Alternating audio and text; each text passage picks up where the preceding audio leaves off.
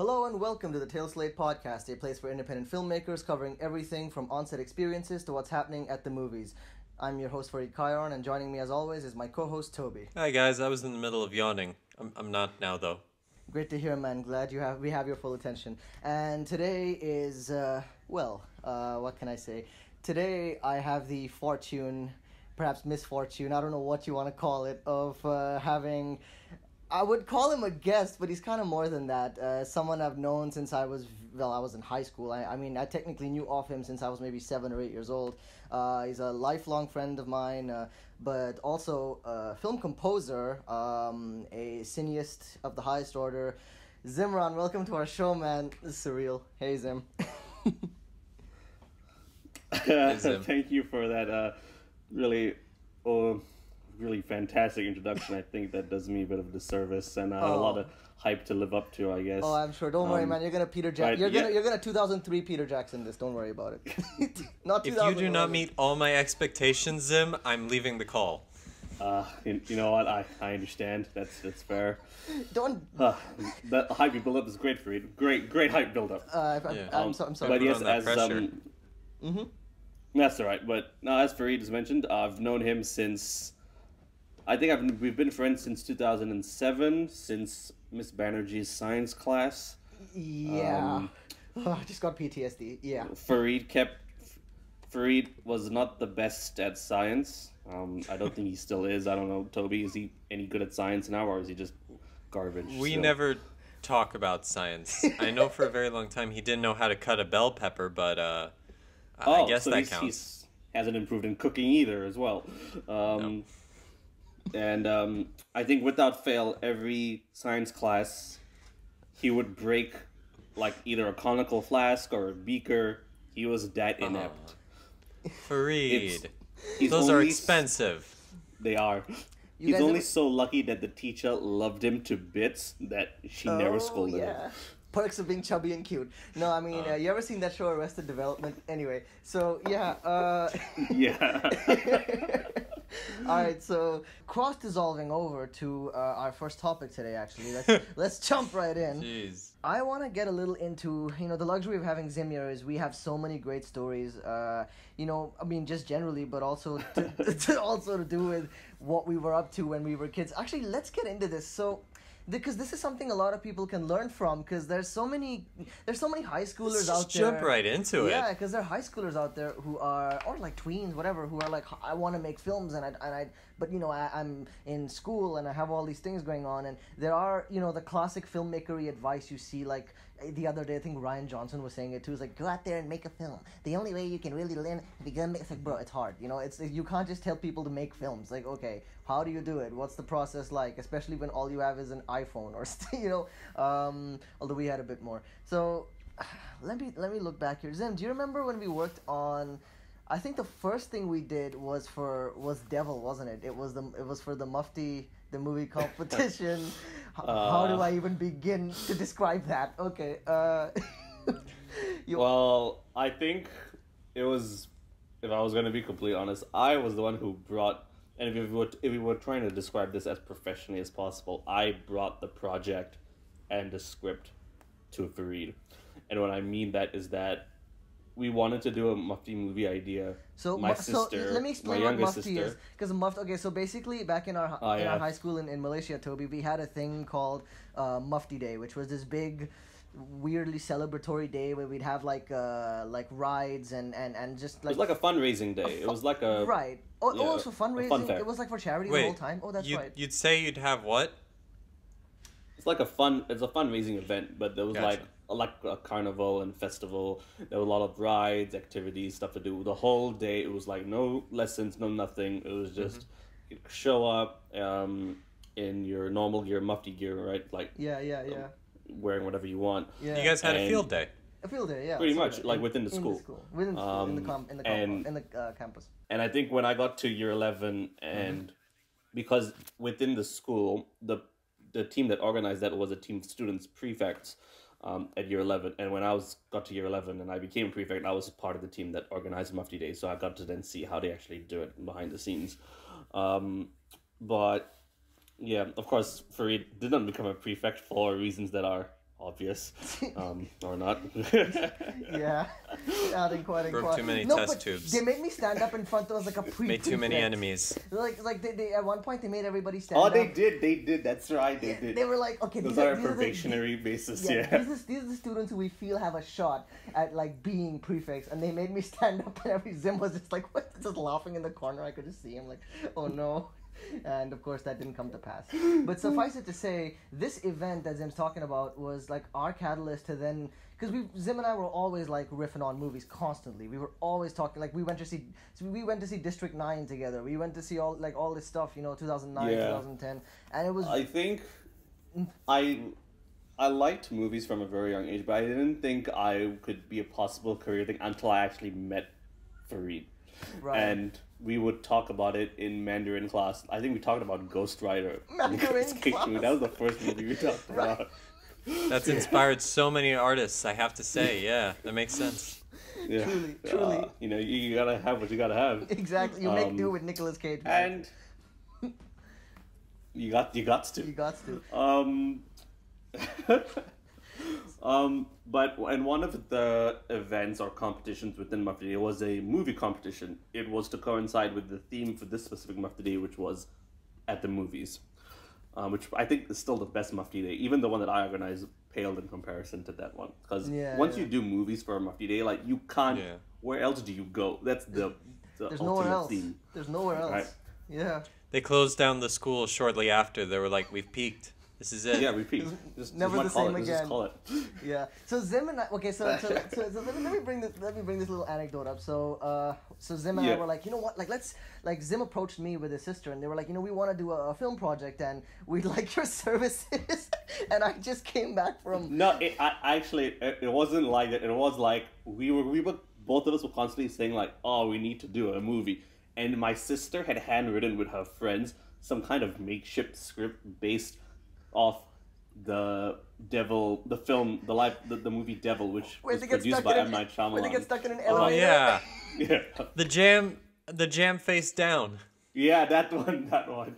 And and this was more like a comedic take, but she needed more people. We needed to be in a movie. So I was just like to my sister, can we just be a part of this? And she was like, yeah, all right.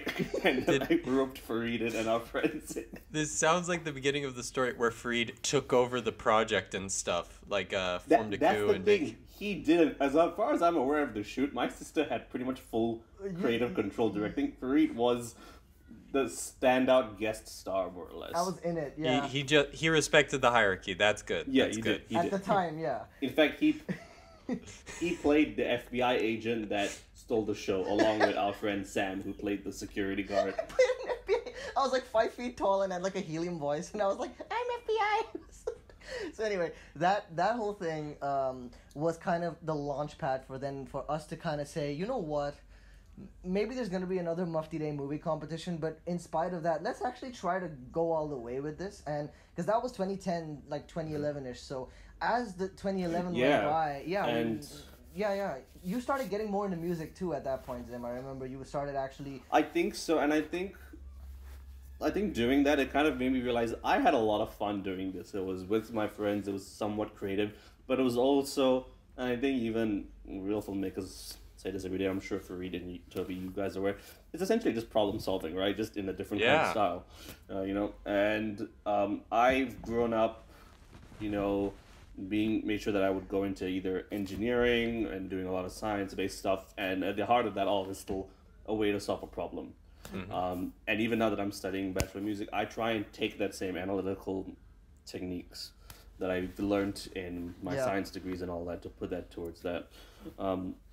But it was also really fun, and I think we all love to tell stories in one way. I think it's inherently human. So even though we started out with a really crappy parody, which I think it's still on Fareed's Facebook, I'm pretty sure I tagged him in it for his 21st birthday, and he had to take it down, which I thought was a dick move on his part. He had it Fareed. What a dick, right? I was getting so many texts like, oh my god, look at your face. And I was like, I can't do this right now. But I did cherish, I really fondly appreciate the sentiment, but it was kind of bleeding into like going into class every morning in film school. It was like we saw that thing of yours, and I was like, it was cool though. It was cool. That's why I've threatened him where if he's nominated for like an Academy Award or something, they have to get me up there to present it. So I'll be like, this motherfucker is gonna win this award and show the.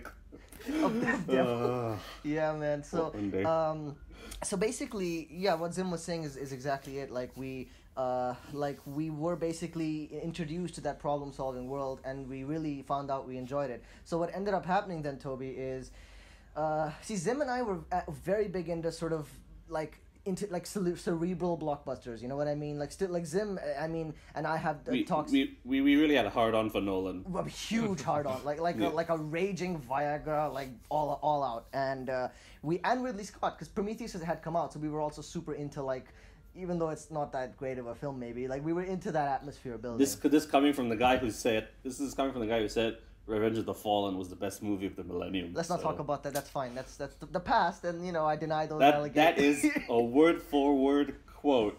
What he said, Toby. Yeah, that's Transformers 2. He watched Revenge of the Fallen. We came to school the next day, and we asked him, "What did you think of the movie?" And he said, "Best movie of the millennium." And you did too, by the way. We were both on that. Fareed, we did a list recently on like the best films of the decade. This puts everything into question.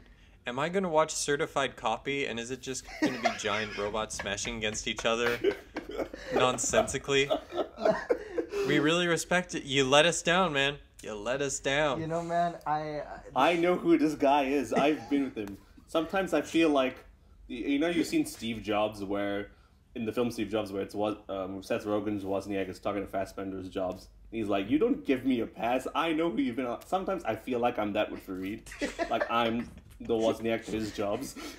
It's true. It's actually true. Like he reads between the lines pretty quick. Like I've actually gotten texts from him like, bro, what was that about? Yeah, because he knows, when something's like, yeah, Fareed's just saying some shit, but I know what he's really, like deep down, because I'm the guy who also when I came over in 2018 to KL, and you were like, bro, you haven't seen Blade Runner 2049? It's so awesome, bro. It's the best. And I was like, I know it's great, but maybe we should watch something else. And what was the film I suggested, Zim, instead of Blade Runner?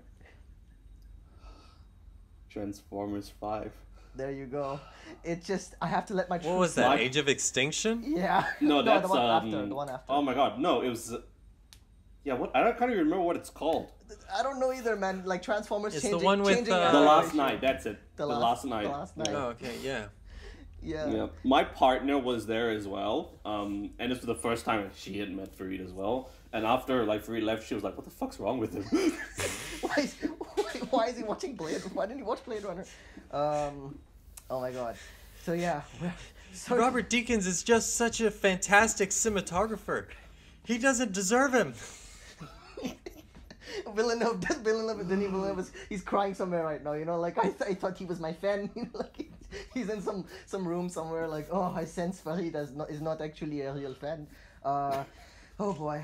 So anyway, it's really quite interesting. Yeah. So, well, point is, we went and we shot. So we decided based on how much, because Dark Knight Rises is coming out. The next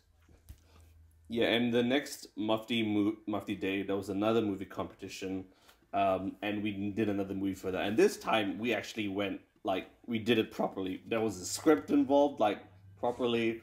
We got more of our friends involved. We had our own characters, it was its own universe, like a sci-fi and these are universe. characters that I even these are characters that even I occasionally kind of go with Fareed and be like, maybe when we have enough money and clout, I want to revisit that, but that's neither here nor there. But it's a possibility. I love the story. Yeah, it was a 5-minute film. I think that is still on Facebook, and that won us the prize. I think we got some money out of it.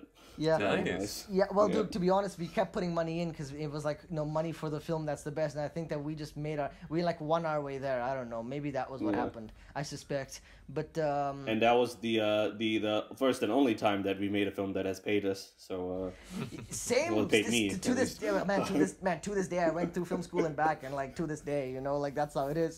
But so I so where this can really help in terms of maybe maybe some What is- kind of what we did, Zim, is, what we actually did was we did, like, in a way, the most basic thing, which was we literally went, Yeah. we've got a condominium, like your condominium, and it looks a little cinematic. The way the tiles are, the walls, the rooftops, it looked like we Wait, could are do we shootouts. are we talking about 60 Years of Time or Both. Revolution? 60 years years of and- Time was filmed at yours. Yeah, 60 Years of Time was at mine, but Revolutionist, I think it's like a build off of 60 years, right? It's Yeah. like, so I guess I'll factor in both. So Well, if I was to really kind of break this down, we made that first movie, which won the competition, right? The 5-minute one, 60 Years of Time. We had a blast.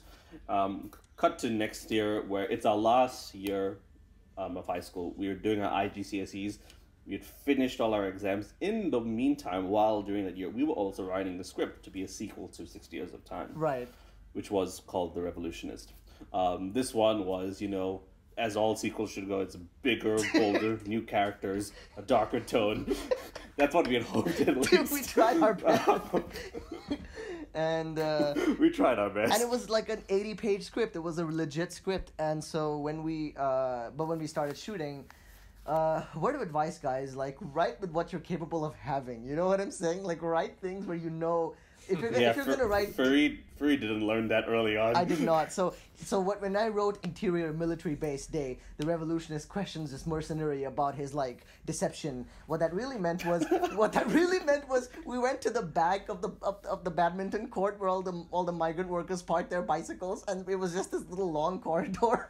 And what happened was is like we just, we found a table and we just kind of put it there. yeah. And structure-wise, it was a lot like a Nolan film. Oh, there yeah. was a cold open with the villain. There was, then our protagonist doing his own thing. Yeah. And then We were involved. trying to be as Nolan-esque as possible. I even tinted the frames blue. Remember, I was like, it's gonna have that blue tint, bro. It's gonna be like. You did. Yeah, and so Um, one thing though, the thing is, we wanted to make that military base of that character super imposing and intimidating. This is to this day the best thing that ever happened. That's blessed any of my projects, which is we were shooting behind the badminton court. And there was nothing remotely scary about a bunch of bicycles and tricycles in this, like, evil militant's base, where there's like a long stretch of corridor. So, but because we were behind the badminton court, like, there were players getting, like, frustrated over the game, like, ugh, in the background. And as you were talking, Zim, because Zim played Revolutionist, so Zim was in that mask and that leather coat playing Revolutionist. And then in the background you hear, "Ugh!" And it was like, okay, yeah, it's like imposing. We just passed that off as, yeah, it's like super creepy, like he's in this dangerous base. It's just some guys playing badminton. Oh man, incorporation, folks. That's what it is. Yep. And, to quote Super 8, production value. Yeah, I don't know. Where does incorporation begin and where does denial end? That's a great question. Because Denial ends when you've, flash forward to, what has it now been? It's been 8 years and you kind of realize, wow, we fucked up. well, You heard it there. Denial ends in 8 years. it took a long time, but we understand now. I guess I'll say this with it, because I have to say to Zim, it's like a lifelong case of, like, I'm indebted to him, but at the same time I gotta apologize to him, because I put him through a lot, like, physically as well. Like, I put him through a lot, and he because on that project, while Fareed wrote and directed the film, I was the supporting actor. I don't know. I didn't. Fareed did a lot. Fareed actually directed. He edited, wrote the film. I was the second in terms of most work done because I did music for the film, and there was at the time original music using shitty GarageBand loops and stuff. Yeah. And also supporting actor. But within the supporting actor role in Malaysia, which is a country that film-wise Ghost not really town. allowed for like Ghost high town. school kids and stuff Yeah. to do, right? Yeah. Pretty much ghost town. Not only that, it's also stupidly hot. And he Ugh. wants me to wear a really dark trench coat with a face mask on. and here's the best part. He decided, because now that we've seen how films are made, and even characters with masks, they're talking when they're filming, so then they can record their lines later, but they're still talking. When we were filming, Fareed said, you cannot speak at all. So I had to literally just, with my face and with my arms and things, just kind of mimic what I had to say.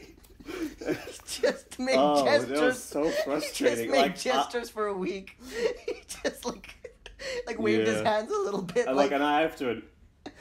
I'm not, and I will be completely honest. I was definitely not the easiest person to work with, but it was stupidly hot. it was aggravating And I was though. like, Yeah. he was like, another take. And I'm like, God, man, are you kidding me?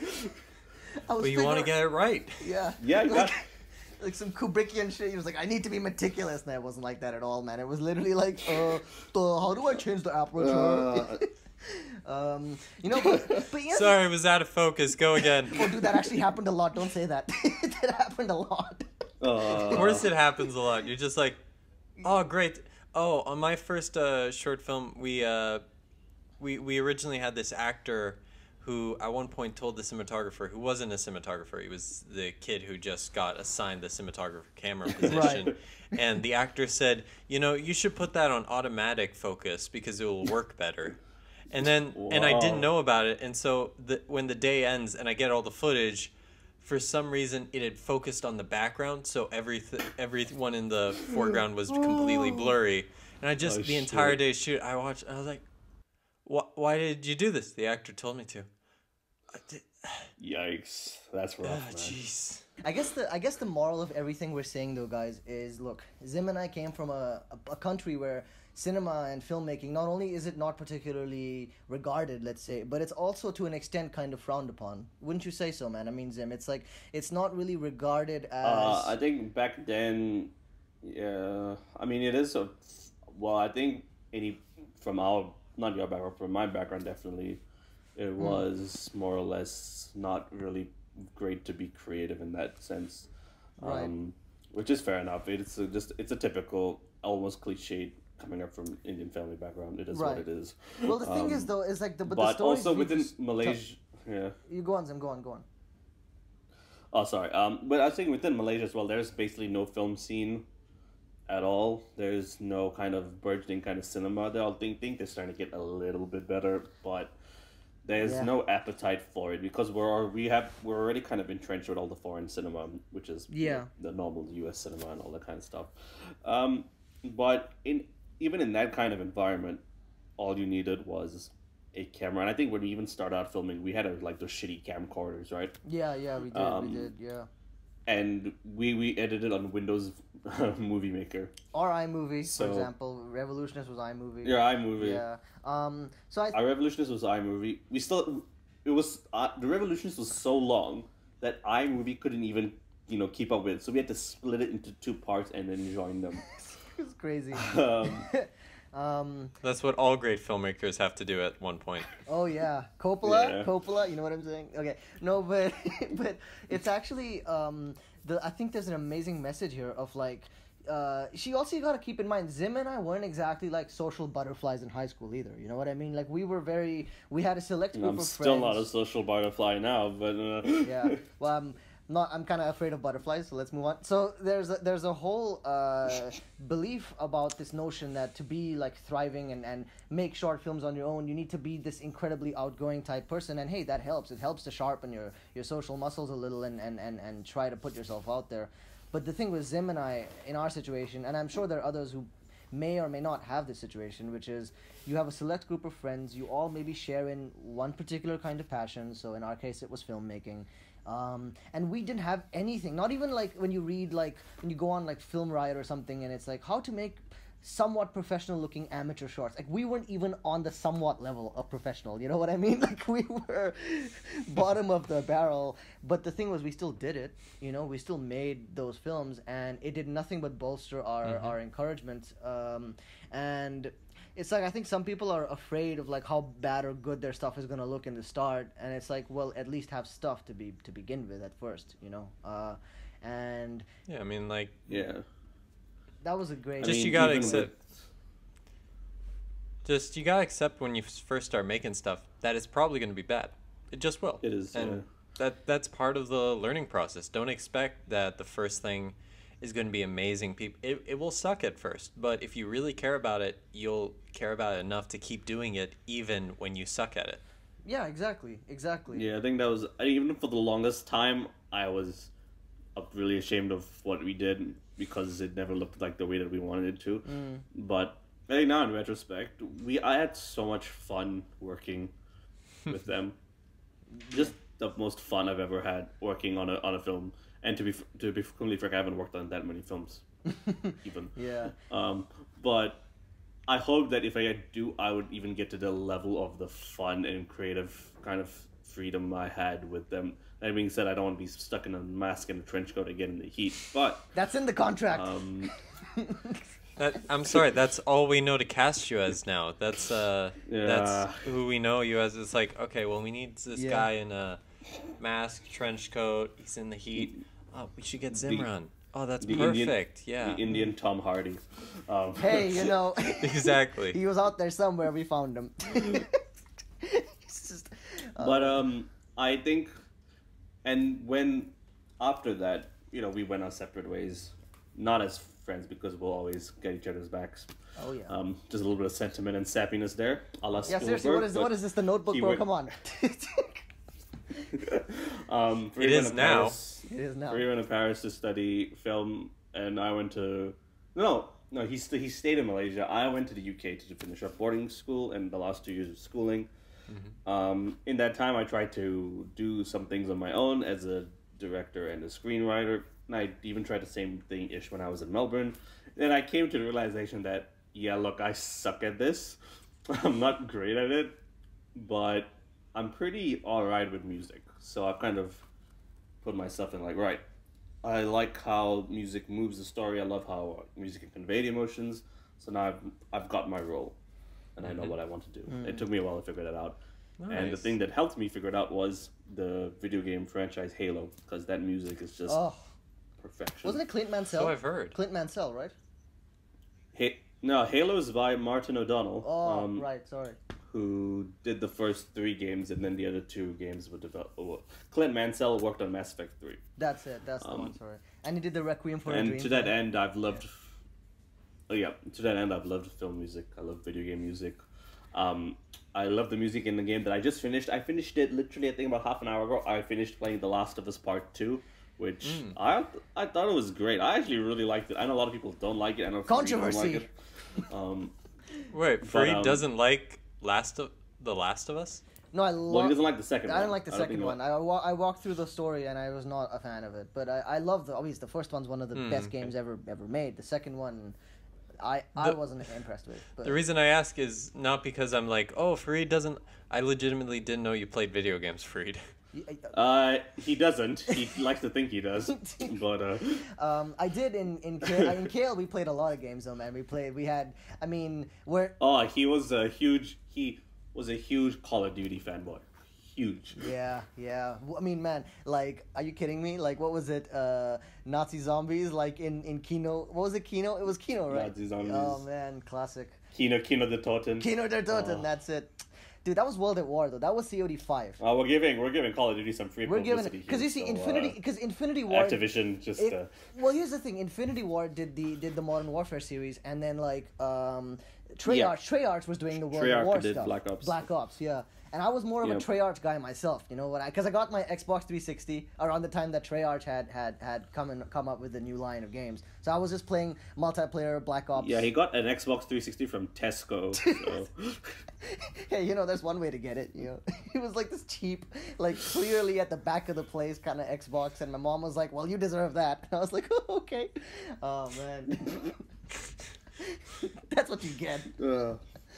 But in my house, Call of Duty was banned because I think my parents thought I was too young for those kinds of stuff. Not too young to watch District 9 though in the cinemas. Apparently not. Apparently not. Yeah. Well, some contrast right there. Zim, I want to segue to something you brought up actually, which was, I knew you discovered your love for film and music was something. I mean, music I was very acutely aware of. I'd seen it a lot. I want to ask you, like, when you first entered film composition on your own before you went to music school, although we'll touch on that, what was the first the inciting things that you did to kind of experiment with what you had to offer? Was it just like jamming on your own or reading music, or what was the process there? So I think as a composer, and especially when it comes to film composing, listening to a lot of stuff is really important. And I'm gonna admit myself that I don't actually listen to that many things because I inherently just love the genre that I love. Like I love my orchestral scores, but I also like my synth-like scores and stuff. But I'm not listening to bands and stuff like that simply because this music doesn't speak to me. But I definitely do recommend that if you are a composer, try to listen to everything, not just film music. Don't be like me, and don't be like shoehorned into that one thing, but listen to everything that you can so that you can get inspired and also use a lot of things. Because, and if I'm gonna be completely honest, right, music, everything's probably already been composed one way or another. So it's not really about being imaginative or being creative. While that's still important, the fact of the matter is that being original is more or less related to trying to figure out what inspires you and trying to be creative about using it all together, right? Because, for example, I think films and film music, there are kind of two schools of thought, right? You can have the very ambient texture-like scores like Blade Runner, Vangelis, like that, or you can have the really melodic thematic stuff like John Williams. And I'm a huge sucker for melodic and thematic stuff. I love themes, right? That being said, when I've scored some of Fareed's stuff, Fareed sometimes likes to go towards the more melodic, not melodic, he likes to go to the textures, right? Those one notes kind of just holding it, you know. Yeah. And while I can't say I agree with that, you have to be proficient in both to do what your director wants from you. It's like how animators, like, they shouldn't just have one art style. They should be able to do many art styles because exactly, if you're animating for someone else, you need to match their animation style. Yeah. That's true, exactly. And even like I assume it's the same thing for acting style or directing style or whatnot, right? Skills should be transferable one or another. What inspires me is the greats, right? John Williams, Hans Zimmer. I've got a lot of respect and also admiration for video game composers because that's a whole nother ball game. Because while you also have to compose music, you have to compose a lot of repetitive stuff to kind of make sure that it keeps going on with whatever the player is doing, and there's a way of actually having to implement them within the game that is very different to a movie. So, for example, with a movie, it's like there's the movie. It's a fixed point in time, A to B. You have to compose music from A to B. But in a game, the player can start at A, but can go to B, C, D, or E. Yeah. Wherever, you know? It's like like an arena, right? You can go wherever you want. The music has to ensure that if the player goes to this place, this cue must play. And that way the musician has to work either with the audio director or become the audio director within a game project and implement it. That's a very complicated level stuff, sounds which I have the difficult. utmost respect for. But even in film, right? I mean, I would say that there's a lot of juggling around because tones can shift in film, so you also have there is. Yeah. There is, which I think why when I'm doing a Bachelor of Composition and they want your music to have structure, right? It has to have a clear kind of, here's a beginning, middle, end, and structure. But film music can't inherently have structure because you're a slave to whatever's on the screen, right? From a musician anyway, because you can write one cue and all of a sudden it has to change to another cue or to another theme because the scene has changed. So it's hard to do that. And I've tried to write music like that so that it can be as freeform as possible, even without going into the screen. Yeah. One of the non-Fareed films that I've worked on, and there's only been one, so haha, but is this kind of, and I worked on it, thankfully, it was because last year we had a former roommate, still a dear friend. He was also a composer, and he'd actually worked with a couple of student films in like unis and stuff. He got this film, and he said he didn't have enough time to do it all by himself. Could I help him? And I was like, yes, I'll definitely do that. It'll be the first film I work on. So he was kind of, so I was just in the right place at the right time, and he was tasked with, doing the mixing and doing the sound design, soundtracky elements, because that's what he likes to do. And I was in charge of making a melody and doing that. And we spent one whole night, kind of me at the piano, kind of just jamming, putting it to the film, and it was kind of this kind of gothic horror thing, right? And it took a lot of work, and I remember we finished it that night at like 2 a.m. The next day I had to get on a flight to come to KL for Christmas, which yeah of course Fareed missed out on because I couldn't show up. Because I had a visa problem in France, which is not a surprise. It ain't no surprise if you're in France and you have visa problem. No, not a surprise. Classic. Yeah. Yeah. You know, Zim, like, you mentioned that, like, I think this kind of bleeds nicely into what we talk about, because our collaborations are very specific to an extent, Zim. Because, look, the director-composer dynamic is, there is, like, a general, like... Yeah, there's a general structure to how that goes about, you know what I mean? Because you hear stories of directors being very particular about the kind of stuff they're looking for, instrumentation, this, that. You hear other instances of directors who are completely at the mercy of the composer, like, give me what you got. Like, I'm pretty sure J.J. Abrams, he didn't walk up to, like, John Williams, like, hey, man, listen, you're gonna do this my way or the highway. You know what I'm saying? It's you don't get to do that with John Williams. But with us, because Zim and I have... John Williams just comes onto set and he says, like, I'm directing this movie now. Yeah. I'm the captain now. You know, he has that, like, Captain Phillips moment. I want to get into... He's like that moment from... Mm-hmm. I wanted to ask Toby, actually... I was gonna say, he's like... What were you gonna say? Dude, stop interrupting Toby, man. It's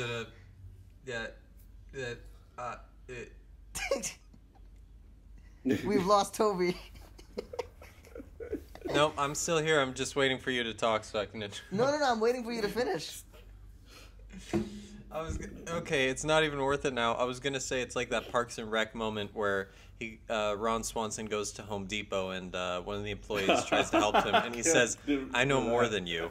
And he's like, okay. Watch Parks and Rec, Fareed. I will. Fareed, you haven't seen Parks and Rec? No. Wow. Yeah. You kind of suck. I know. So... Tell me about it. I've known him for, like... We've actually... I think this is like, what, we've known each other for 10 plus years, right? Yeah, about over a decade now. Coming up over a decade. Yeah. And the only truth is that he's a piece of shit. But... Wow. No, I digress. You digress. Okay, so... we were talking about... We were talking about the director... We were talking about director and composer relationship. Yeah. Like, so the thing with Zim and I... And... Tell us. I think it's inherently important, and it shows, right? So let's. I'm gonna give a classic example. It's probably a more recent example, but like an example that comes up to me is the relationship between Ludwig Göransson and Ryan Coogler, right? So up until the score for Black Panther, the Marvel scores have been more or less either very mediocre with some strong themes, but quite forgettable, and that's because normally the composers reached out at the end of the movie, and that's nothing really inherently wrong with that. That's just part of the movie making process. Everything must be done first, so that you bring on a composer, right? But the benefit of what happened with Black Panther is Ryan Coogler engaged with his composer Ludwig Göransson at a very early point, even like script-esque kind of style, or the stage, sorry, not. Because he knew that he'd worked with him before. He'd done Creed, he did Fruitvale Station, and they were kind of like roommates together at the same university. Like, there's all just kind of the stars were aligned kind of stuff. So it allowed Göransson to travel to Africa to get all those sounds, find instruments, and that's why we get the very good music that is Black Panther, and that's become the first Marvel movie to win the Academy Award for music. You know, we give Marvel and Oscars a lot of shit, but that score is great. That film was also really well done. And then, you know, of course, then next year, Hilda Gudnadottir did an amazing score, and then Joker won Academy Award. Yeah. Mm-hmm.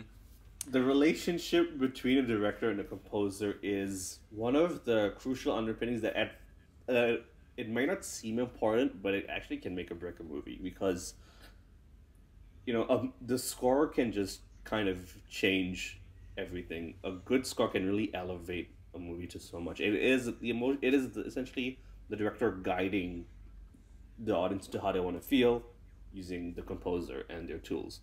And with Fareed and I, it is great that we've had that experience of working together, not just as composer and director, but also as, you know, actor and director, even behind the camera as co-cinematographers, more or less. Yeah. Because I remember when we were working in Revolutionist, I would be like, ooh, we will try this shot, or we'll try that shot. Right, yeah. And sometimes some composers, they think probably from a musical standpoint, not necessarily a film standpoint, which is also to their detriment. And then the vice versa can be said. Sometimes directors have a specific sound they want from music-wise, but they don't know how to articulate that.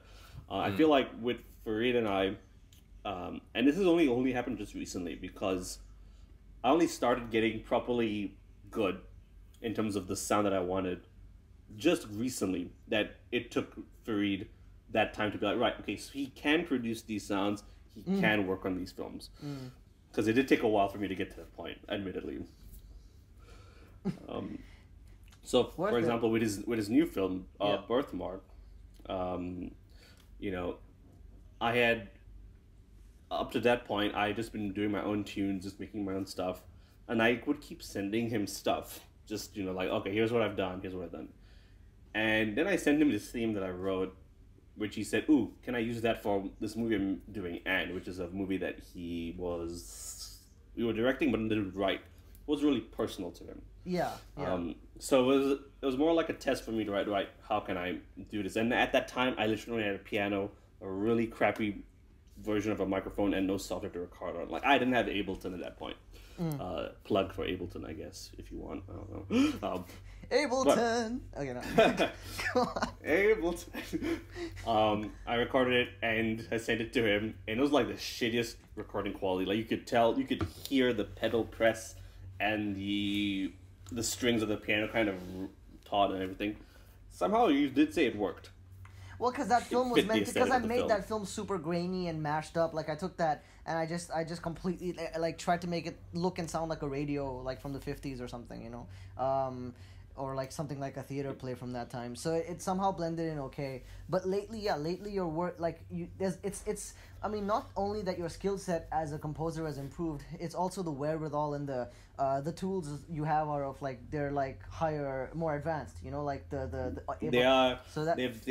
coming to that production level that you'd want.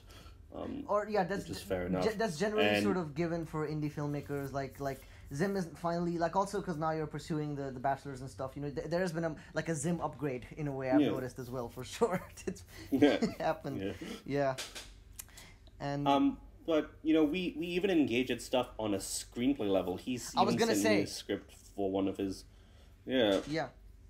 You know, because I know some directors, I'm not sure whether you like to do this, Toby, where it comes to temp music. Where do you stand on that? I'll never really have temp music. I'll more as have a playlist of songs that inspired me for the score I'm imagining. And I'll say, hey, let's use this. But I rarely ever put in temp music. I mean, like, I hear that. And I understand why it's used, and I get why directors use it. It makes the most logical sense possible from that kind of perspective. You want to use temp music to, you know, make sure that you get the right feel for what you want. Yeah. Because you have to show it to people and producers, and those producers sometimes aren't like, they get it. Even though they work in the film industry, they're never like, oh, this isn't an unfinished product, so we shouldn't judge it as it is. It's like, there's no music. Well, music would go there. It's like, yeah, we're still editing it. The problems begin when everyone gets too attached to the temp music, and then why hire a composer to just mimic that, right? And composers can get really frustrated with that. So sometimes it really is great to kind of engage with your composer at the script stage. So, for example, with Fareed, he sent me a script for one of his short films. I think it's called Hitting the Runway, right? Yeah. Yep. I'm not sure whether he sent that to you, and if you read the screenplay, I'm sure you've sent it to. Yeah, he's read it. Oh, you haven't read it yet? No, he has. Yep. Oh, yes, you have read it. Yeah, it's interesting. No, I'm kidding. No, so I read it, and I just got some stuff from him, and then I literally just sat down, just jammed out some stuff, and did a whole suite of things to send to him. And then he gave me some notes, then I sent some other stuff, and then it's essentially, this is stuff that he can listen to while he's filming, or even he's writing a draft to get into that. And it's not something that, you know, he's like, oh, I know it's a temp. He's like, this is stuff I can use in the film, which is useful. So I would be always a big proponent of that personally, but I understand also the need for the post-production process normally, which is, you know, the temp music and all that stuff. Yeah. I personally think I think the filmmaking and the music composing process would be much easier if instead of using temp music, people were just more understanding that this isn't the finished project, so don't judge it as that. It's not going to have the music. You're going to have to accept that.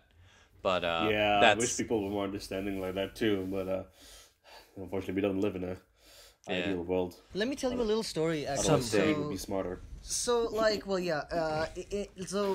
So a good story like to about this is, in 300, they had a temp music in the Oh yeah. in the edit, and then Snyder was like, we're gonna have to keep that. That's what I want. Just keep with that. And then the composer basically was like, but Zach, like, you do realize this is it's not my music. It's, yeah, but that's what I want. That's the feeling. I'm guessing that's what he said. And then 300 was slacked, I think, with a lawsuit because the music was too similar to. Yeah. I think it was, what movie was it? It was I can't even remember the movie now. It was Troy. Something Titus or something. Titus or one no, of those. it wasn't Troy. It was Titus. It was Titus, yeah. And The so Lion King. Anthony Hopkins. The Lion King.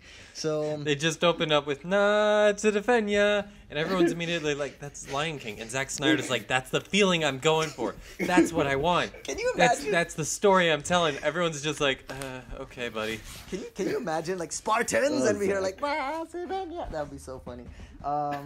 I can 100% imagine that, and it's wonderful. It truly. Hey, our Photoshop friend who likes to edit stuff for us, I'm assuming I've gotten all those things by the time this episode goes out. Could you edit that for me? Thanks, I love you. Yeah. Just give us the 300 cut with Lion King music. We need that. I'd rather take that than a Jon Favreau Lion King movie, so please give me that.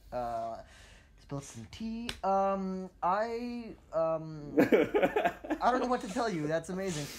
There's a little thing Zim and I have going on, and it's in jest to an extent, but there's also times where Zim and I have like really invigorating but heated conversations about this, and it's like it's an ever-raging it's like an ever-raging, like, unspoken debate, actually, in the film community, which is the difference between, say, the films, like, for example, that defined our childhoods, like genre films, you know what I mean? Or science fiction, fantasy, superhero stuff, action, like these more escapist type blockbusters. Or not even blockbusters, but like films that are, of a genre, like genre films. And then we have the other side of the aisle, which is, of course, your, Truffaut and Godard loving folks, like the art house crowd.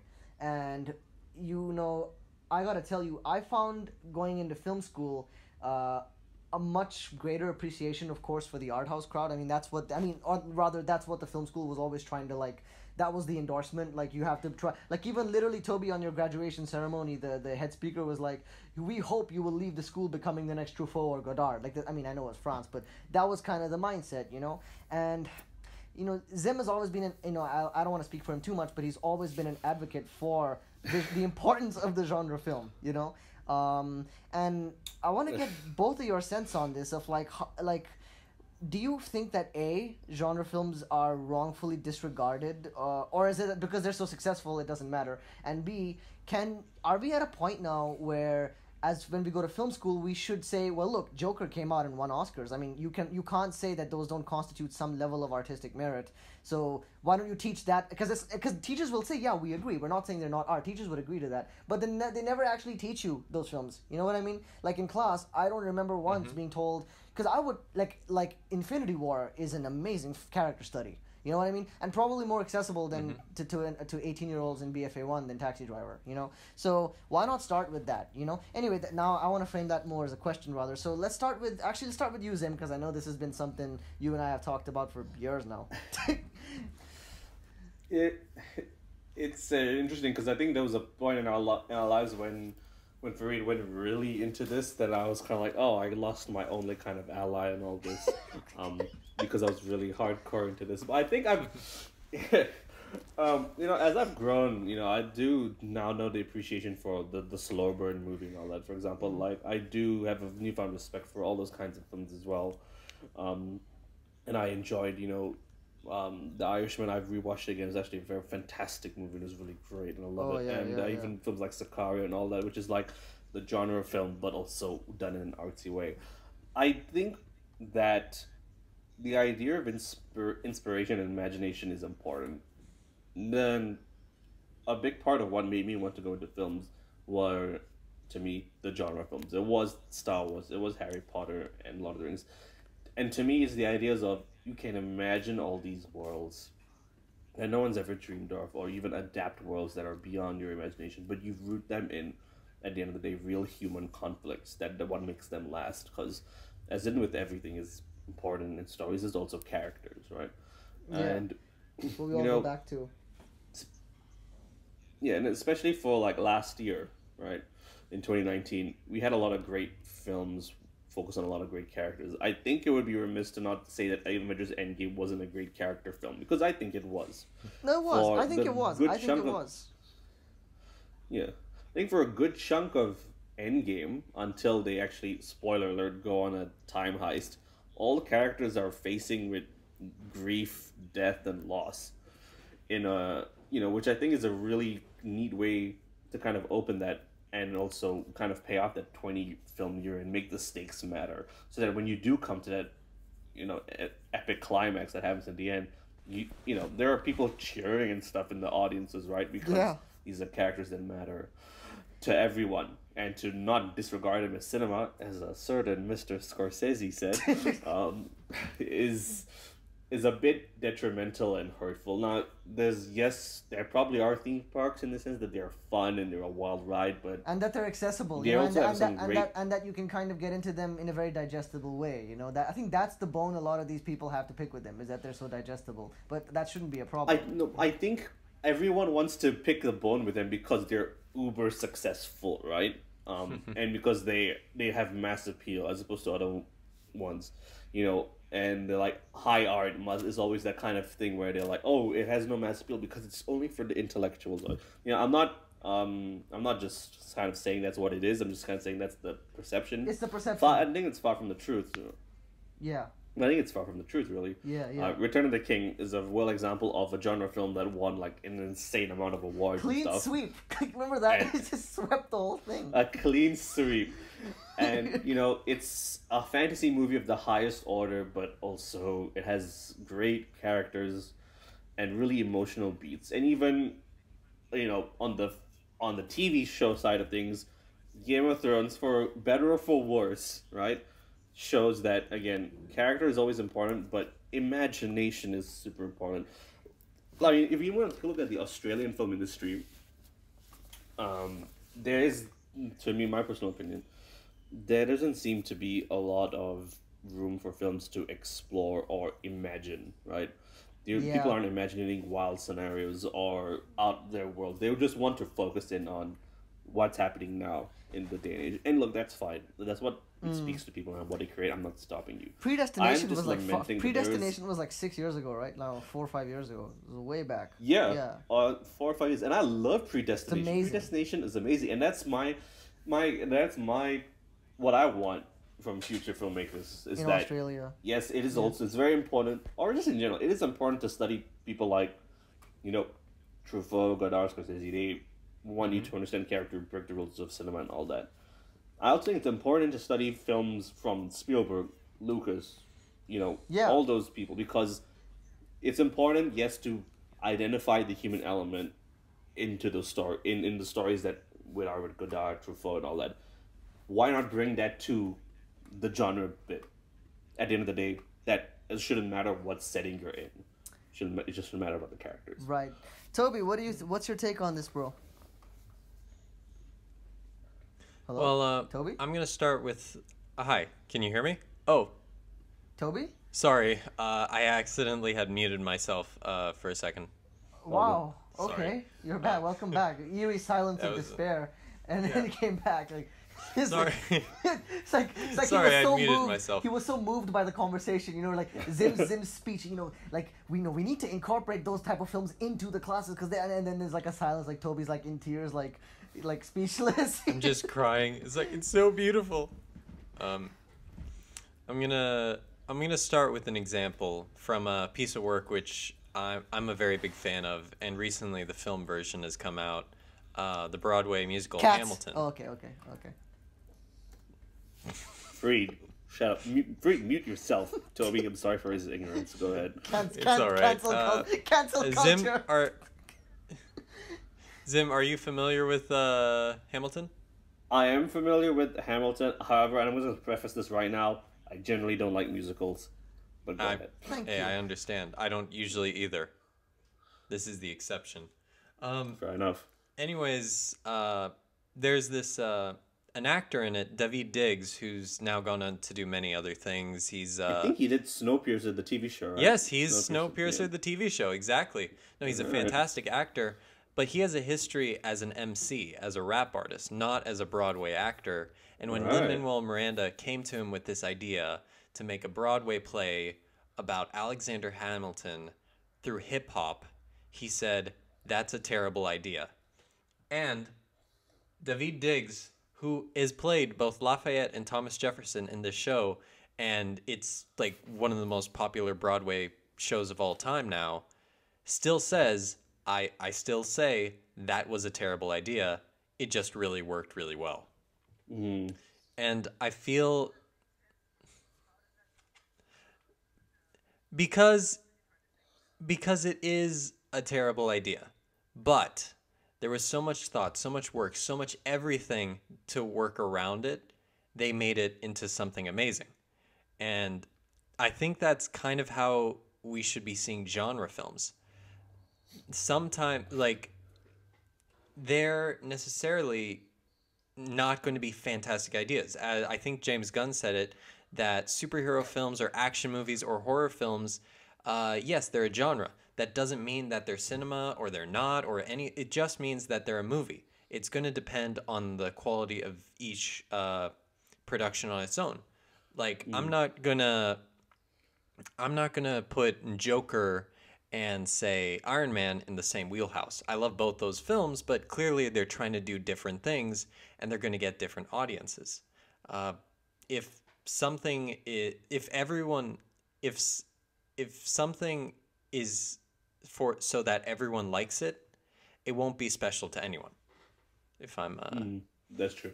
And I think with those genre films in our film classes, we learned a lot about films and telling stories, and we analyzed a lot of films on their artistic merit, but I don't think we've ever analyzed films.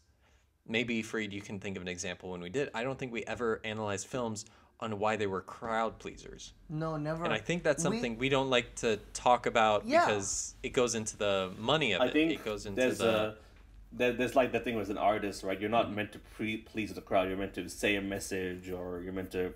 It's your own personal thing. That the crowd pleasing is not important, or it's not an important aspect.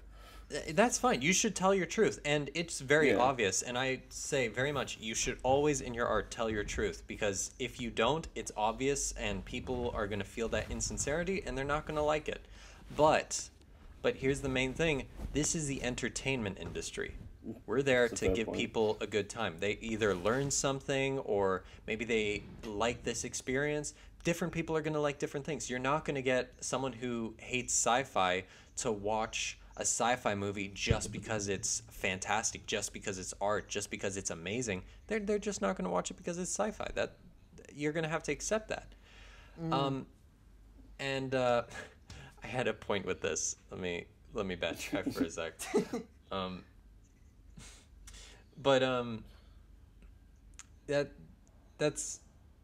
That's part of the industry. Okay, I remember my point now. We spoke a while back, and this was actually when we were talking to Bernard, and he stated that the Marvel movies are extremely formulaic, and it's just a formula, and people don't know better, and that's why they watch them. But here's the thing: on paper, he's right. Except for a very long time, every single other studio was trying to have a cinematic universe.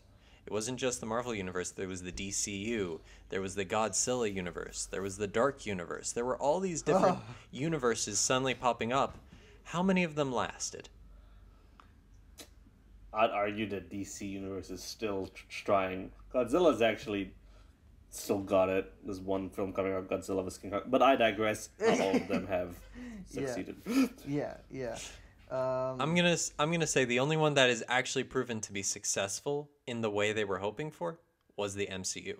And if it was just that formula, as many people are claiming, then every studio would be able to do it. But it's not. And to say it's that formula means that you're missing it. People don't go to those movies because, oh man, I can't wait to see the same thing. They go back to it because they really like the characters. And that's something that so many film students like disregard these Marvel movies. And then I get these scripts to look over them, and I'm like, these are vanilla, boring characters. These have characters with no agency, no personality, no character, no nothing. Like, anything. Well, the MCU, you know exactly what Iron Man will say. You'll know exactly what Captain America will say. You know what Groot will say. You know what well, that one's easier, but you'll know what you'll know what the what Thor would say or the Hulk would say. Sure, they're wise-cracking quips. They're cracking wise, but still you can tell the difference. They're distinct characters. Yeah, that wisecracker thing is just as a question of tone, which is again, it's a whole another different thing, and that's more subjective. But you know, at the end of the day, I think Patrick H. Wilhelms, who you should all check out his YouTube video. He has. Yeah. I'm a fan. You know, I think in one of the videos he did about the Avengers, like you don't watch an Avengers movie for the action sequences. You watch to see the characters interact. Yeah. It's telling that in a film like Age of Ultron, arguably the best scene that is when they're hanging around in the party trying to lift up Mjolnir and have a good laugh, right? That's probably the best scene in Age of Ultron. And Age of Ultron is sometimes a mess of a movie. It is a mess of a movie. You know, but it's fun. It's a very mess of a movie. But it's fun. That being said, actually, Fareed, did you want to say something? Oh, no, well, actually, I was just gonna say that Age of Ultron is kind of a mess, but yeah, continue. Well, I was gonna say that. In Age of Ultron, they actually were shooting that Mjolnir scene, and it just felt very flat, very boring. Yes, and I do remember this. Yeah. Then the story is that they then, instead of having it on a tripod or a story setup, they actually made it handheld, and he took a few things from his last movie, Much Ado About Nothing, which is like a modern retelling. Yeah. And Shot in his personally, apartment. I'm not a major fan. Yeah, personally, I'm not a major fan of it, even though I like the cast because, frankly, and the cast's great, and there's some interesting shot compositions, but genuinely the performances feel more in love with that they're saying Shakespeare than I believe they're actually saying these words. You know, it's an issue, but I digress. It does definitely have this party vibe to it, and that help that scene feel fun. That feeling that camaraderie, feeling that connection between the characters. Well, like Joss Whedon definitely did a lot for the MCU in that respect. Hasn't done a lot for himself and lately, but definitely didn't do a lot for the DC universe. Oh yeah, or his reputation, or his credibility, or. I think while we're talking about the MCU and it's arguably its only competition, and I say competition in the loosest of terms because it practically isn't in the same wheelhouse. But I am a big fan of the DCEU, and when I say big fan, I mean was a huge fan of the Snyder tone of the DCEU, because and we back on the topic of tone, right? Everyone wants to complain that the wisecrack groups. I have some complaints about the MCU when it comes to that, like for example, Civil War, which is one of the better, if not the best films of the MCU. You know, I love it. You know, yeah. That's your favorite, isn't it? It's my favorite MCU. But to me, when it comes to the airport battle, it's the best of Marvel and the worst of Marvel on display. You have the characters, the splash pages come to life in the comics, but no one's taking it seriously, right? Yeah. Like, you know, no one. I don't feel anything, and the severe tonal whiplash, right? Because I think, and when the scene starts, Iron Man is quipping. He's like, oh, yeah, it's weird how you meet people in the airport. Then he starts being really serious, talking to Cap. Then he quips again. Then the scene constantly kind of goes like, oh, are we serious? No, it's a joke. Oh, no, wait, it's serious. Yeah. Oh, it's a joke, right? Kind of ties into, they are trying to make it more kid-friendly to a degree as well. They're trying to keep it more light for audio. That's true. Which also validates why it's not taken seriously. But then the third act of Civil War is some of the best filmmaking that's done in the MCU. It's dark. No one's joking around. Shit. Yeah. Tony's out to kill, you know?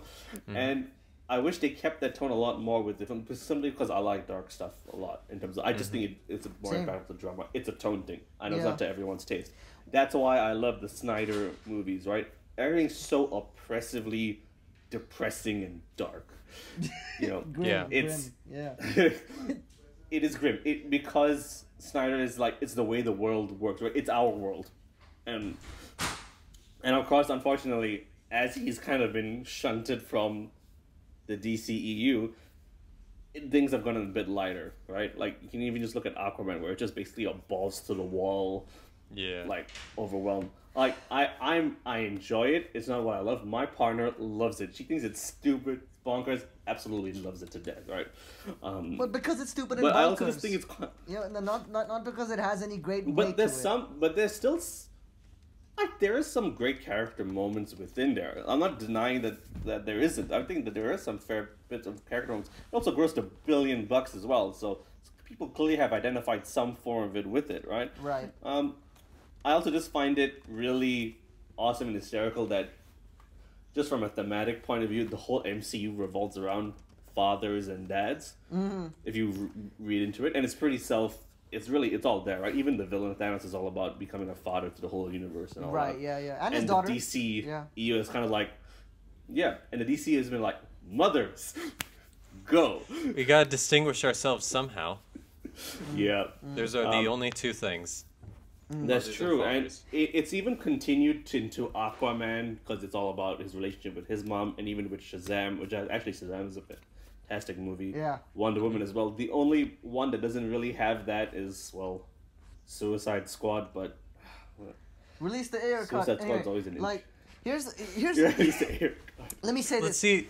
Before we And- get into this nosedive into because I know where this is going. I wanna say something because look, we started discussing Yep. the kind of dynamics of genre and superhero film. the merits of genre film and Yeah, well, mainly because I was wondering why is it not considered truly valid as any other thing would be, and you actually answered the question, I think, both of you, because if you really look at it, part of why those movies aren't taken seriously is because some of them are pretty hell-bent on not being taken seriously. You know what I'm saying? Not to say that. Yeah. Not to say that. that is true. Yeah, it's not because it's why comedies don't get Oscars. You know what I mean? Most of the time, it's like their sense of levity, and also when you combine that with comic book stuff, it's like it makes the large kind of movie audience, like cineasts or whatever, feel like this is fluff. You know, it's not really, when really it's just the more, because that's why I agree with Zim about the Snyder stuff, is because those films, you know, love them or hate them, which I love that they're polarizing as well. Like imagine getting $300 million and making a film as ridiculous and as extremely idiosyncratic as BVS, for example. But anyway, the thing is, But I feel how personal BVS is. It's a very personal movie for Zack Snyder. Like everything he does is personal in his point of view. And you know, as much as I'm annoyed with Scorsese's comments about them being cinema, his quote that Bong Joon-ho quoted, "The Oscars matters. The best films are the ones that are personal to you." Right. right, yeah, he's so right, yeah. And Yeah, because the end film is all just subjective. We can find objective explanations for why we like something or so on, but that's just objectifying your subjective feeling. And that's why whenever you're learning screenwriting, they don't say there are rules, there are principles. There are principles on what's helped because we've seen it in the past, but there is no guarantee. There is no rule. In fact, once you start using rules, it hurts you a lot in the process. Because you become so rigid in your thinking that you have to follow X, Y, and Z. For example, I think one of the things they taught you about is, I think, in screenwriting is like, you know, characters must have arcs, or you know, must learn something or must change. But one of the greatest films, in my opinion, of all time, Back to the Future, the first one, Marty McFly doesn't change. In fact, he screws up and it changes things for the better. He doesn't change at all at the end of the movie. The first movie's less. The lesson in the first movie is like changing time. Yeah, sure, have fun. Go ahead. Yeah, you'll get a monster truck. Do it. Build a time machine. Mess around with time. Things will be awesome. And it's one of the greatest movies ever made. You know, so the rules are there, sure, but it's just like. And I just saw this movie with my partner recently, The Curse of the Black Pearl. Like the Pirate's Code, they're more like guidelines anyway. I mean, like, I've been playing around with this. I've been playing around with this theory for quite some time, where we say we like to see a character arc, and I say that's because maybe the audience likes to see a change. They like to see a shift. Here's a theory: what if you had a film where a character didn't have a character arc, but you just had a reveal of character in a situation? They didn't change. They were always that way. It's just they were put in a situation where but you suddenly learned a new facet of them. I mean, you're speaking really... To that extent, that's why I like post-apocalyptic or zombie movies to that end. Yeah. Because it's in those really, like, shit for all situations that people reveal who they truly were or who they truly are. Yeah, like Yeah, bit by who you're bit. willing to sacrifice, what you're willing to do. And that's why I really like The Last of Us, both parts, right? Part 2, like, The Last of Us Part 1 is the road movie where it's about this, relationship between Joel and Ellie, and it's kind of like the pseudo father-daughter thing. Yeah. And it's built up, and everyone kind of loves it. The Last of Us Part 2, to me, is like, I guess what Revenge. people think about the Revenant. It is the cycle of violence and the cycle of revenge, and that's why I just love it. It's about this kind of like, how far must you go and destroy yourself to get what you want, an eye for an eye, how's it? And it's just, the way it's done is just brilliant. I think Neil Druckmann is awesome as a director, for directing the game. And I'm excited now that, because I think HBO is going to do a Last of Us TV show. Yeah, that's so cool. Written by the guy who did Chernobyl, so I'm excited for that. Craig Mazin. I've been listening to Craig Mazin for a long time on Script Notes with John August. There's a podcast he runs for screenwriting. I'm going to plug that in because for any writer out there, Script Notes, best screenwriting podcast in the world. Anyway, Toby, you were going to say. I was going to say, are you guys familiar with the John Wick series? Of course. Oh, John Wick. Dude, Zim and John Wick are basically You've seen the all same. 3 of them.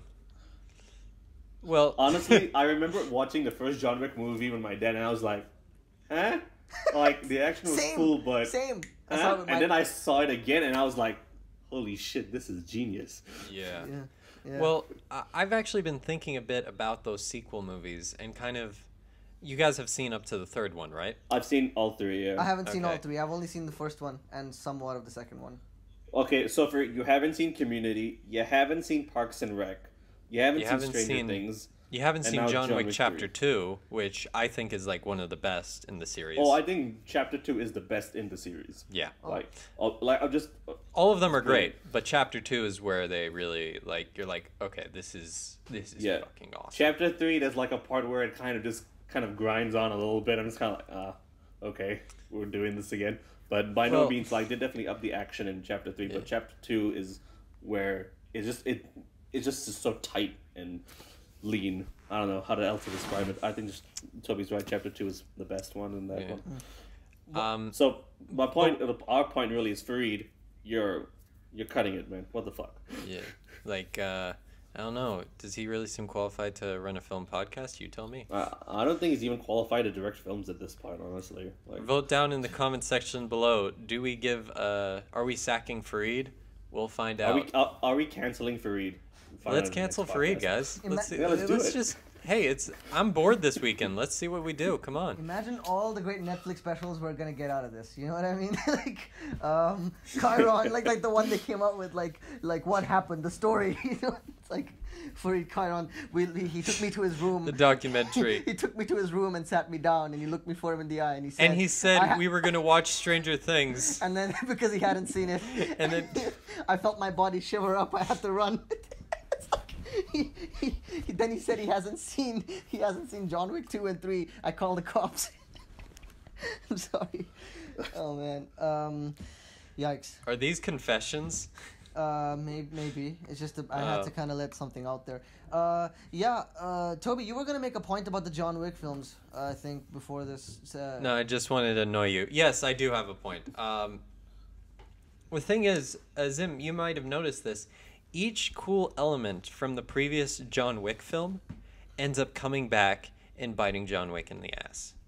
The first element, which was awesome about the film, that revenge concept, it's amazing, getting the revenge you want. And then Chapter 2, it's like, well, you got that revenge, but because you're back in the game now, there's another debt you have to pay. Yeah, you Every can't action, just, like, go back. Yeah. And in Chapter 2, we get introduced to this fantastic world of the rules and their system and, like, these rules amongst thieves. And then what comes around and bites him in the ass in Chapter 3? The rules. Yeah, he broke one rule too many, and like, well... And but then, hopefully in Chapter 4...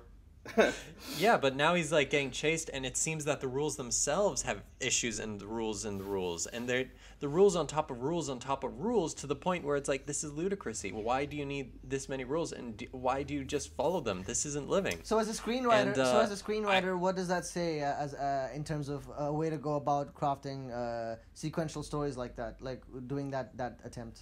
Well, I think this is more or less specific to the the theme of revenge, right?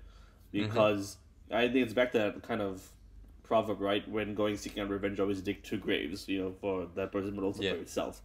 You're either gonna literally kill yourself doing it, or you're gonna metaphorically kill yourself. Which is things that the John Wick series kind of explores, and definitely also in The Last of Us Part 2.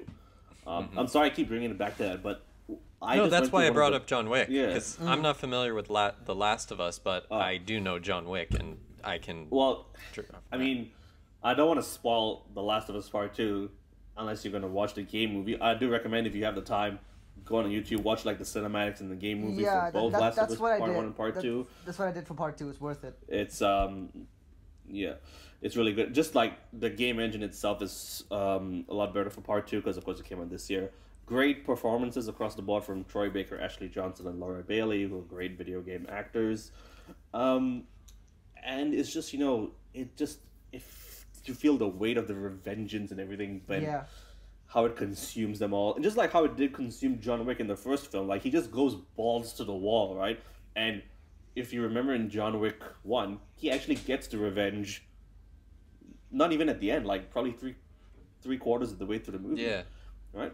And then in he needs retaliation... to keep going now. Yeah, but then in retaliation, even in the first movie, the dude's father killed his friend, and now we're back to this cycle again, and nothing's gonna stop. It doesn't end. It'll never stop. I want to just come at this for a sec, guys, from a perspective as a writer, because you're bringing up something I find really interesting.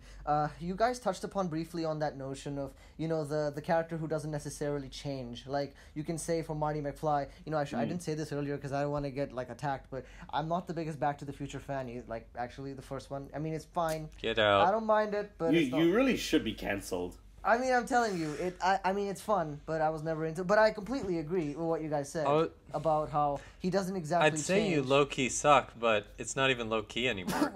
I think that like what you're talking about John Wick is it makes me think of that slightly, because Keanu's character in that film is basically, when we see him, he's basically keeping his sanity in check with that wife and the dog, and both of them, he basically loses in the opening act, or rather the dog. Not really much of a spoiler. It's kind of the whole basis for now what's a big franchise. And so we have an example of a character who doesn't necessarily then spend the rest of John Wick searching for or being affected in a way that's cathartic to him, that makes him see things differently. It's more like a character who unleashes what was already within him, who then goes on and this kind of tumultuous and violent path to expel all that, only to end up kind of just as broken as he was when it began, albeit with a puppy. That's the first one. I'm going off on the first one. So that's an example from a writing perspective against some of what we were taught in film school, actually, Zim and Toby, which was, a very clearly defined arc where change is instigated from who they were before. It can also be that it's more internal, that the character is a certain way that can be manipulated by other characters and the events of the plot or the story, what have you, and that's just as compelling. Or it's that kind of thing about the internal made external, right? Yeah, or Uncut Gems. I don't know if you guys have seen Uncut Gems, but it's the exact same thing. I've yet to see that. I've heard nothing but great things, but I've also heard that it's stupidly stressful. It is it's very stressful, man. It's there are moments where it's like, why are you doing this? You have a way out. You have a way out. You can get out right now. You'll be fine. Why are you doing this? Why? Yeah. Just pay off your debts, man. But because it's Adam Sandler, you can't help but root for him. You're like, oh, come on, man. You're Happy Gilmore. Don't do this. So he keeps disappointing you to the point where, wait, are we talking about Adam Sandler or the guy from Uncut Gems? I think that's why he's so good in it. Yeah, because he keeps disappointing us. Yeah, but. It's that's an example of a character who in the beginning is a very specific way and is using this guise of being this jewel seller with a family, but he's not obeying or abiding by that. He's doing his own thing and not listening, and by the end he pays the price for it. He doesn't necessarily change from it. He actually worsens, more or less. Dude, no spoilers, man. Come on. Yeah. I'm not gonna spoil what happens, but it's not a They take him to a happy farm. That's right. Oh, okay. Spoilers. Anthony Hopkins makes a cameo as Hannibal Lecter, and he's like, hello, Adam, even though his name isn't Adam, so it's very complicated. But yeah. And it's like, I'd like to... You have just become part of something bigger than yourself. You think you're the only jewel seller in the world? we have an initiative that we'd like to bring you part of.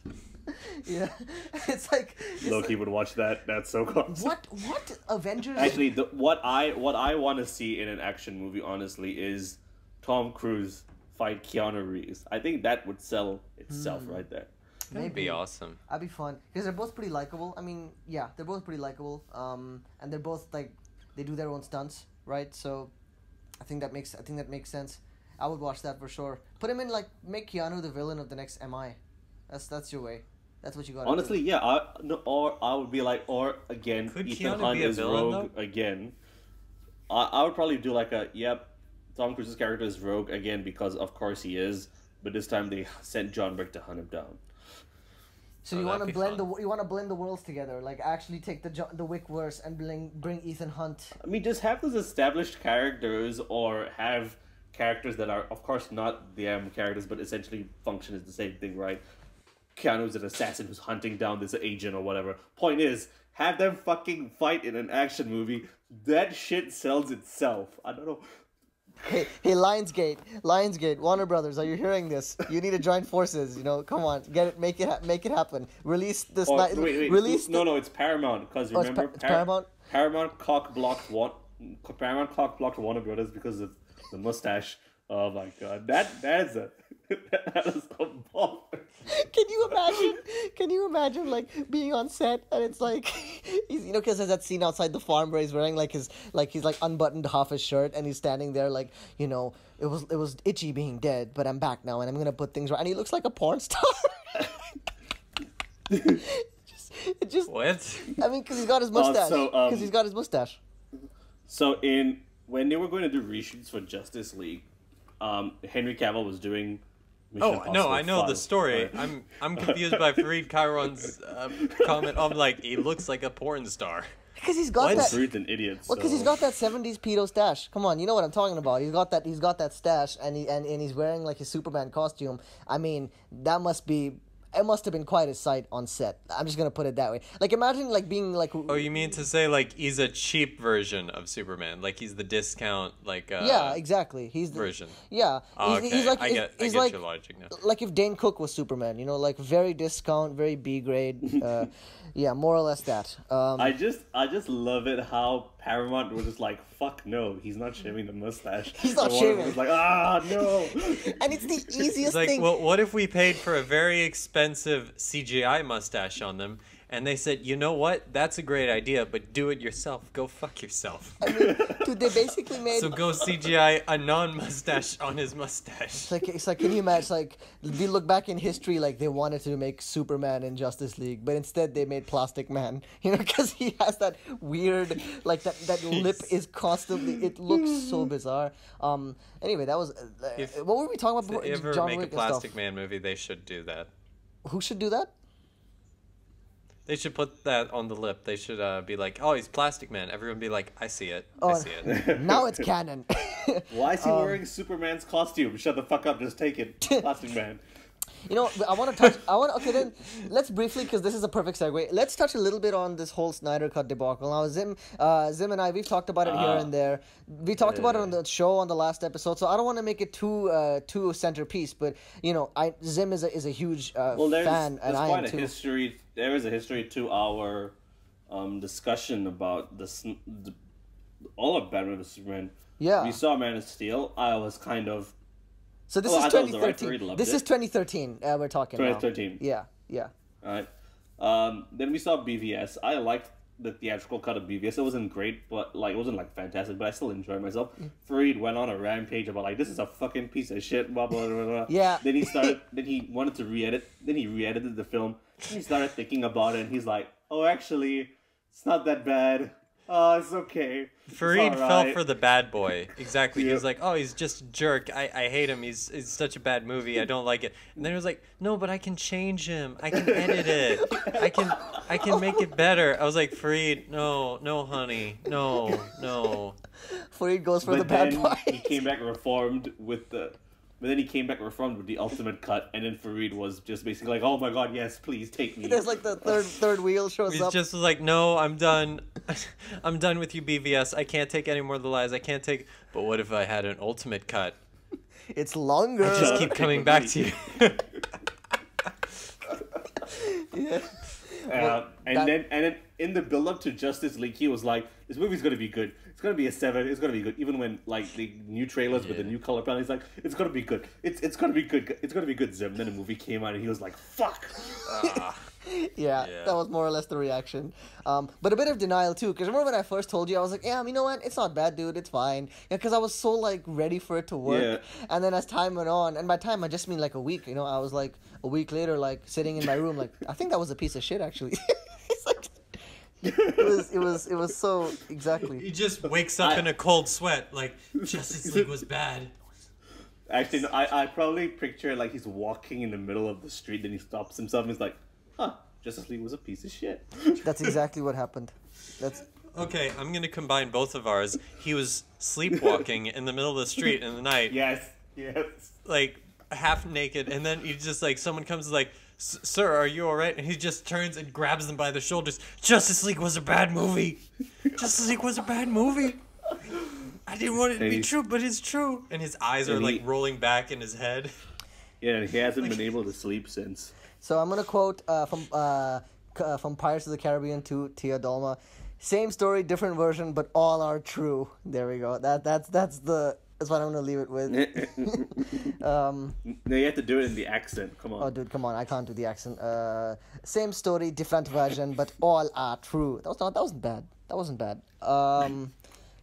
pretty good. That sounded like her a little bit. Yeah. I was gonna say Calypso, then I was like gonna spoil it. I was like, you know what? It's 2007. It's at World's End. Who Well, cares? you just did. You just spoiled it. You dick. I don't care. Also, like I don't think anyone cares, and also it wasn't a major spoiler because it was obvious. Like the moment they introduced it, I was like, we have like 2 female characters, and one of them it certainly isn't. So yeah, of course. Can you imagine like that That's one fair guy point. with that Yeah. one? Although hot take here, I Oh. actually think Pirates 2 and 3 aren't that bad. I actually enjoy Yeah, they're them not for the that most bad. part. Dude, Pirates 2 is pretty fun. Yeah. Pirates 2 is awesome. I really like Dead Man's Chest, but World's End is terrible, man. Let's be honest. It's not good. Like No, I really like Pirates 3. I have like fun with it. Like it Yeah, feels like if they had ended it right there, I would really like the death of the Kraken scene. Just this idea that it's kind of like the Wild Bunch. Now technology is moving forward. Globalization is moving. The mystery of the sea is dying. We're mapping it out. We're finding out all its secrets. This magic, this strange supernatural. It's gone now. It's gone. And then they made 4 and 5, which kind of just like, never mind, it's mermaids and skeleton crews and magic trident. Yeah. And it was just like, But okay, fine. what I liked about Pirates 3, it was kind of like a free-for-all. Everyone had their own agenda, everyone was for themselves, and everyone was double-crossing each other. I thought that was pretty neat. Yeah, it did have that kind of skewed moral thing. There's like that. There's great scenes in Pirates 3, like when he throws Orlando Bloom off the ship, and then he's like, "I hate him." Do you remember that? Because they have a little like there's like constantly shifting. Because Jack's also like that, right? The character, he's constantly shifting his like where he stands. So.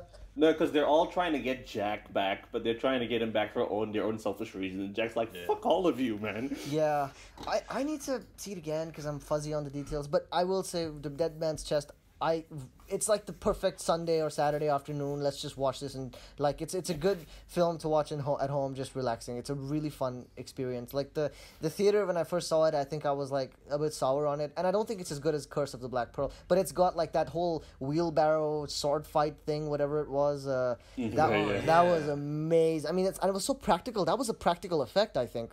A lot of that, which is crazy. Like Most of it was. Yeah. No.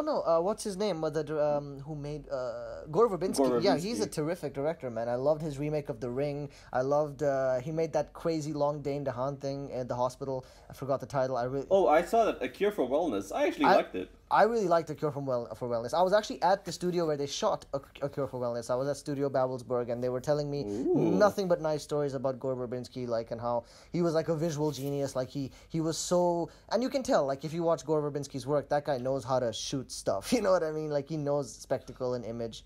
So You know who else is a visual genius? Seguing back to it, Zack motherfucking Snyder. Right. What takes us back to the Snyder Cut. Then that's a good transition. That's better than Across the Zone. It's yeah. Your 2 cents on the Snyder Cut. Better than a Star Wars swipe. Let's not talk about that after Rise of Skywalker. I want Rise of Skywalker. A moment of silence. That's another topic for another day. Yeah. Fuck. No, but with the Snyder cut, I can't believe that what we got in Justice League and theatrical edition was what Zack had intended. And now we know all the behind story, right? Like, of course, tragic situation. His daughter passed away, and he left the production and stuff. And for Warner Brothers, they were like, let's hire someone who has done this before, Joss Whedon. Look, I'm really excited for the Snyder cut. I've loved the Snyder tone of the DCEU. Even in some of the scenes in Suicide Squad, even though also Warner Brothers butchered it, it does feel like it's at least trying to keep in tone with what Snyder had envisioned, right? And I think Warner Brothers should have really just stuck with Snyder in his tone, irrespective of what critics and whatnot were trying to, Because they were also pretty. It would be consistent. It would be consistent. Yeah, it would be, and I do feel most of the criticisms of Man of Steel and Batman vs Superman, anything comes down to tone. They don't want a dark, depressing movie. People don't want it. They don't want Superman to be that dark and devoid of hope. Although I think that both films are inherently hopeful, just not aesthetically in that style. Yeah. I didn't really have a problem with the tone, more as the script and the story. Like, I've never seen the Ultimate Cut, and I'm honestly, I don't think I ever will, because that's a fair point.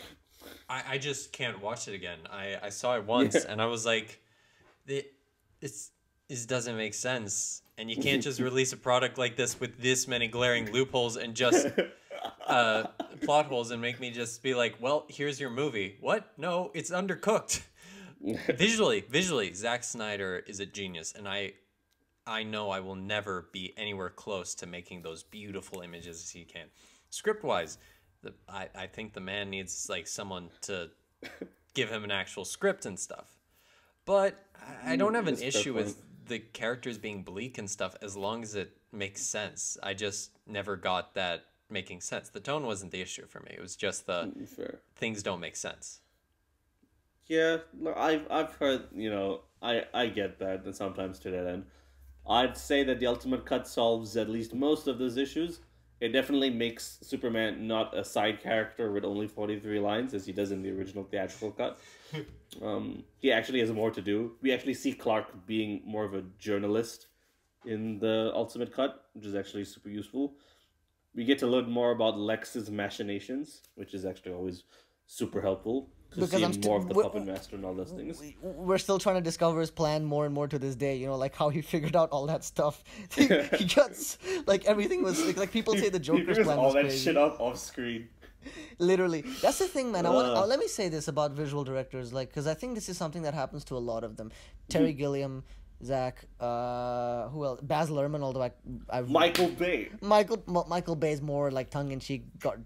Michael Bay's more like aware of the fact that he's not really much of a storyteller, and he doubles down on it. But I'm talking more about like Tarsem Singh, for example.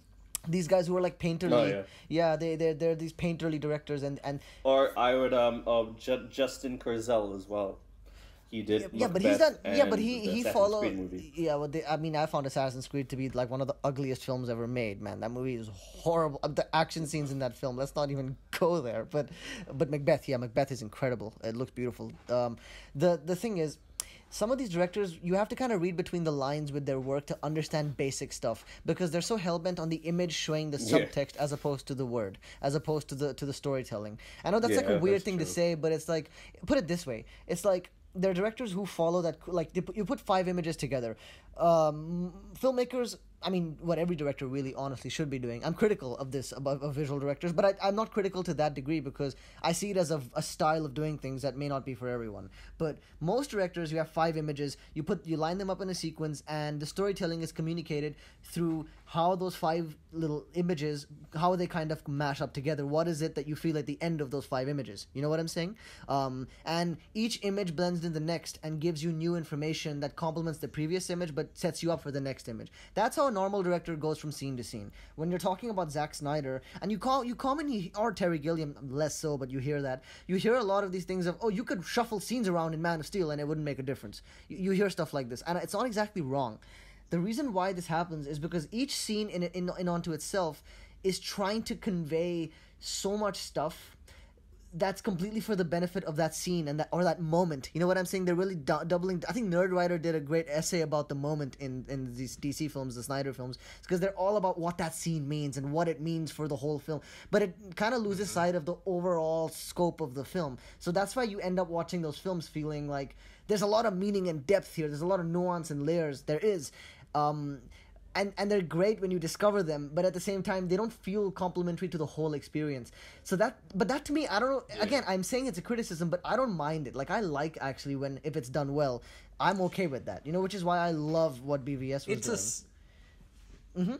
It's definitely a style, and he has the right to do that. As an artist, it can work, and it's obviously special to you. But you need here's the thing: you can make that.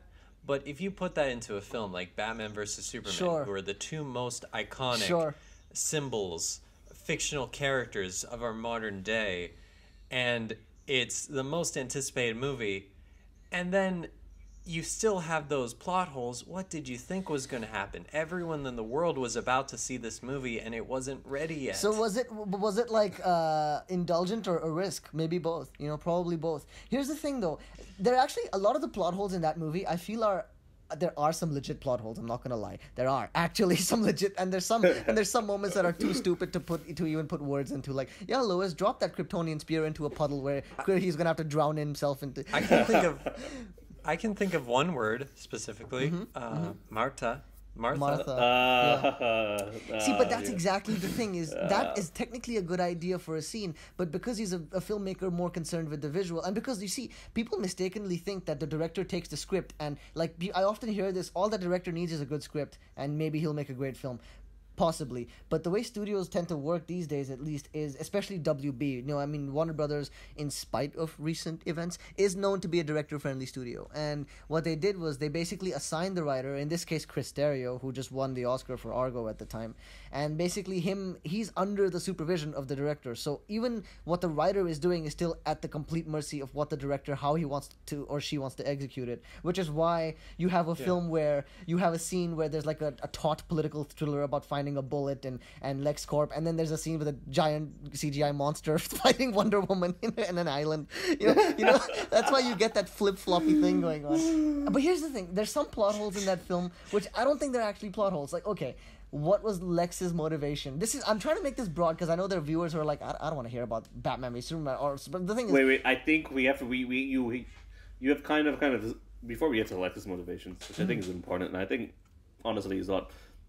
We have to circle back to what Toby was talking about, which is essentially the Martha moment, which is the big kind of moment that the directors of the film kind of bring up and be like, look, this is pretty fucking stupid, isn't it? It's the perfect case. It's a great example of something that looks so stupid because it is, but it's also not. I can't explain it. It's like, it's all...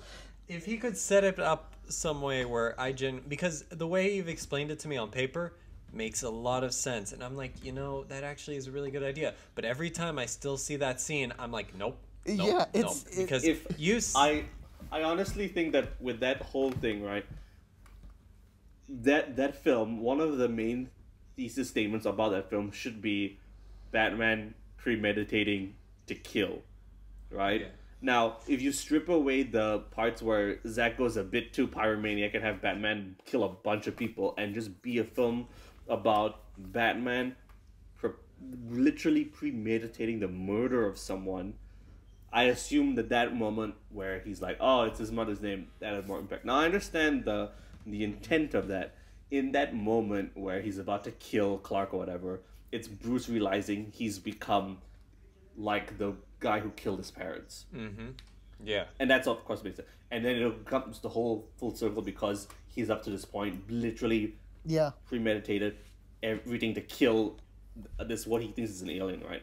Now, is the execution of that moment stupid?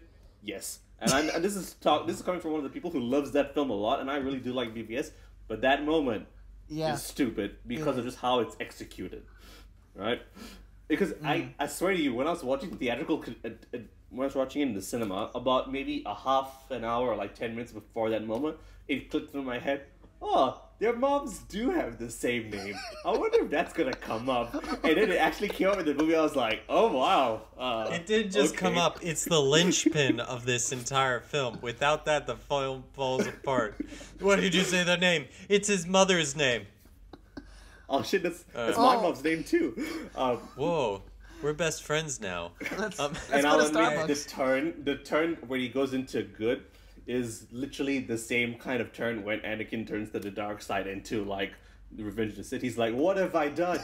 I'll do whatever you That's ask." a good line reading. That's exactly how he actually says it. What have I done? See, Toby hasn't seen Revenge of the Sith, so he's missing out on life. Oh, I know. I just got Disney Plus to watch Hamilton, and they're all there, so I might as well watch them this weekend. Honestly, since the internet and since memes have become a thing, Revenge of the Sith, has become a meme playground. I was just discussing that whole like there's the Winnie the Pooh trailer, Christopher Robin with Ewan McGregor. There's a meme where Ewan McGregor. Yeah, where Winnie the Pooh notices Ewan McGregor as Christopher Robin, and he's like, and Ewan McGregor's like, Pooh, and then Winnie the Pooh's response is, General Kenobi, you are a bold one. Kill him. Yeah. Side note, Fareed, sorry to interrupt. I'm just saying, I forgot the most recent DC movie that came out, Birds of Prey, which Ewan McGregor is fantastic as Black Mask. He's always fantastic. McGregor is the best part of every movie. Pretty much, at this point. And Birds of Prey was actually really good. I really enjoyed it. I didn't see it. I was not looking forward to it. Didn't see it. Not yet. It's worth It watching has that... for two things for me. Mary Elizabeth Winstead as Huntress. Perfect casting. Barely in the movie, though. And the stunt team. Like, that's worth watching it. Because they essentially they got the same guys that did John Wick, and that's some of the best action sequences in a superhero movie in Birds of Prey. Right. It made me say we need an Oscars category for stunt teams. Oh, we should have had that a long time ago. We should. All right. Well, guys, I want to let you know we're coming up on like the final maybe 6 or 7 minutes of the podcast. Oh, so we are. I know, and we're having so much fun. I know, man. We could do this for. That's why we gotta have Zim back. This is why Fareed, you should be canceled.